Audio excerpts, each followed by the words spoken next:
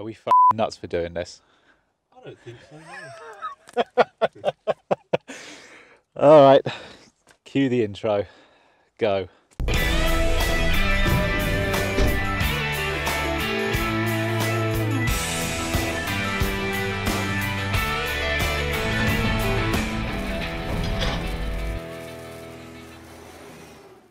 We start this video with a truism.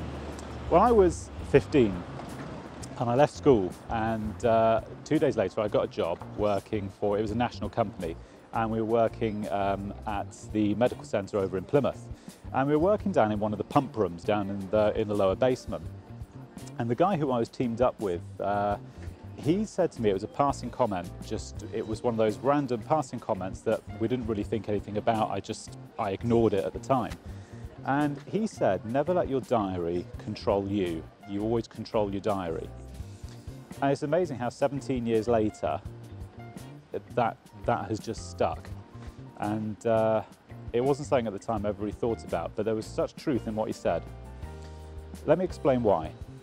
Now, in one of my last videos, in fact, I think it was the video, my latest upload actually, a couple of you were passing comment in the comments section about why I finished work at about 7:30, 8 o'clock, because you saw me loading the vans up on the roof at about 8 o'clock, it's about 7:30, 8 o'clock that night.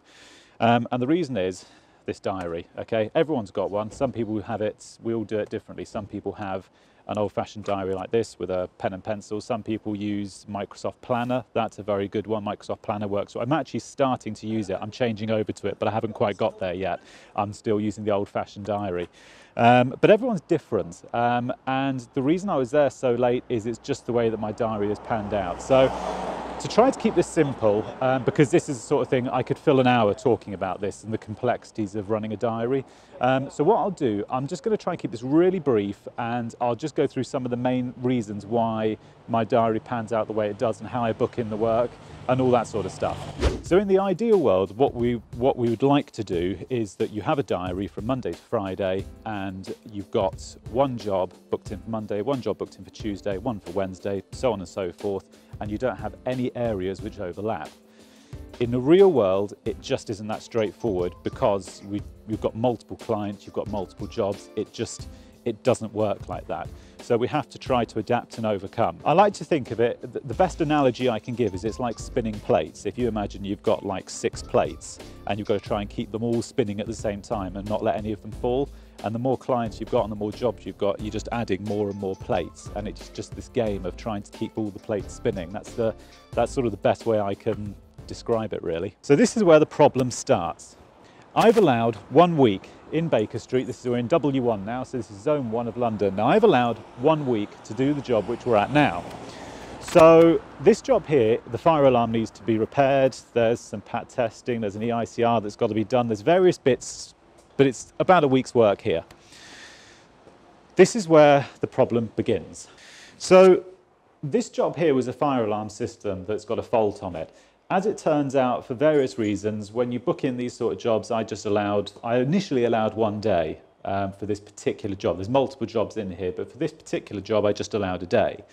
As it transpires, this is a little bit more technical than it turned out, and there's builders working upstairs on the top floor, and we think they've damaged more than one of the cables here, because this is lit up like a Christmas tree, this panel. So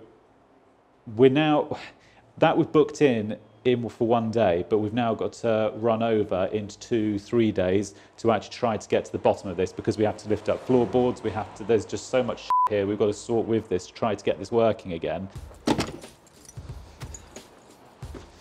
Now, as is sod's law, that isn't the only job that we've now got to try and shuffle into our diary this week. When we do quotes, what generally tends to happen is we give a quote, and there's no guarantee of when a customer will accept that quote. There's no guarantee. They might accept it, but they might not come back to you for a week. It could be a month. And sod's law, I've done a quote which I did about a month ago that's actually just come in, and sod's law, we have to do it this week. I'll come and show you. So this job here that I was booked in to do all this week. Now, because of the complexity, like I was just saying about that fault there, it's just not going to be able to, I could fit that in this week, but sod's law, another job has come in, and that one is more of a priority than this job. So, and because that's an existing client and they're just not prepared to wait, I've got to get that job done this week, whether I like it or not. So the only way I can do it is this job here. I have to move this out of my diary and I have to put that up in like what I call my little bucket list. And then this job, which I'm now doing in Belsize Park, I move that job into my diary. And so this job that I'm working on now, it's in my bucket list. It's a job that has to be done, and it's got to be booked in, but it's not life or death. It's there, it's waiting, it can be done, which kind of it actually ends up working in my favour because it's I like to call them flexible jobs. They're jobs which I can fit in as and when my diary allows it. Okay, so now we're in Belsize Park. The job which we were working on in Baker Street, we've now had to move it from Tuesday to Friday because we've had to push this job in its place and we haven't got a choice. This job has to come first. So what started off as a nice smooth week from Monday to Friday, we've now had Monday, but we've now got Tuesday, Wednesday, Thursday, Friday, which I have to spend here.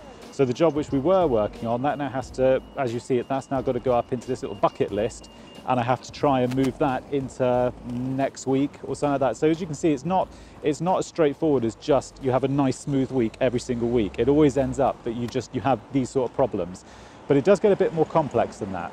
Now there's no point booking in a job in Greenwich and then having another job to do in, say, Hampstead when you've got to spend 2 hours sitting in traffic.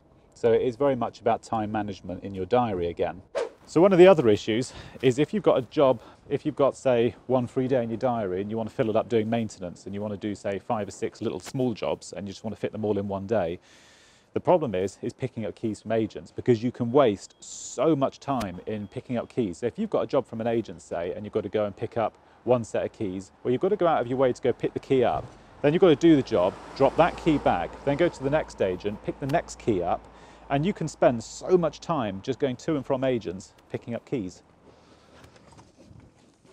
Okay, so our diary, as you can see, it's chopping and changing. So it gets, like I say, it gets a little bit more complex because between those larger jobs, you've then got smaller jobs like these ones here, which we need to pick up keys from agents, as I've just said.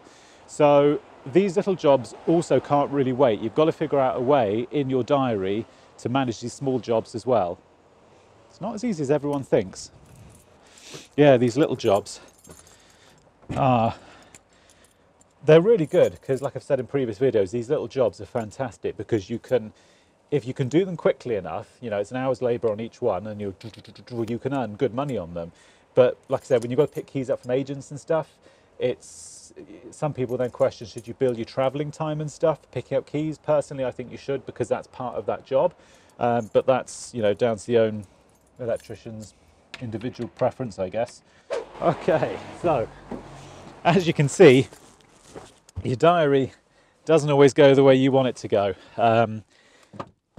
So this job here, for instance, we've got to move this job. This was a little job from an agent because don't forget, when you're working Monday to Friday, you do have people ringing during the week, agents and stuff, especially for small jobs. Can you fit this in now? Can you do this after work or something? Can you fly past on the way home or something? And you have got to try to oblige to their requests because otherwise you'll just piss people off. So it's not as simple as people say that, you can't fit them in for 4 weeks and if they don't like it, tough shit, because it doesn't work like that. You do have to be a little bit amicable to people's needs, and especially people like agents, because they feed you. Their work is gold dust. It really is. So this job, for instance, on the diary, which will be on the screen now, we were working in Belsize Park from Tuesday to Friday. We now have to take Wednesday out and we have to put this job here in Hampstead in its place. So you can see how your diary changes, whether you like it or not, and you've just got to try and work your way. You've just got to try and figure it out. There's no sort of right or wrong answer, and every tradesman's got their own method for doing a diary. This is the way that I work my diary, and it's the reason I don't book my work up in advance. Like you hear some people, they'll book up like sort of 4 or 5 weeks in advance. But the problem with that is if you get a cancellation, because that's the other thing, customers can cancel. You can have a job, say, booked in for next Tuesday. Well, if that customer cancels and says, well, I can't do that job for another, can we book it in for Thursday? That might not be possible for you. So it's really not as straightforward as you just have a set diary. It doesn't work like that, unfortunately. But Yeah, that was just, it was just an interesting little video, I thought, just to show some of the sort of the issues and battles that we get, especially if you're doing what I do, maintenance, and you're jobbing from day to day. These are just some of the issues that you come across. And like I say, there's no right or wrong answer to it. It's just every tradesman's got their own way of trying to fit everything in.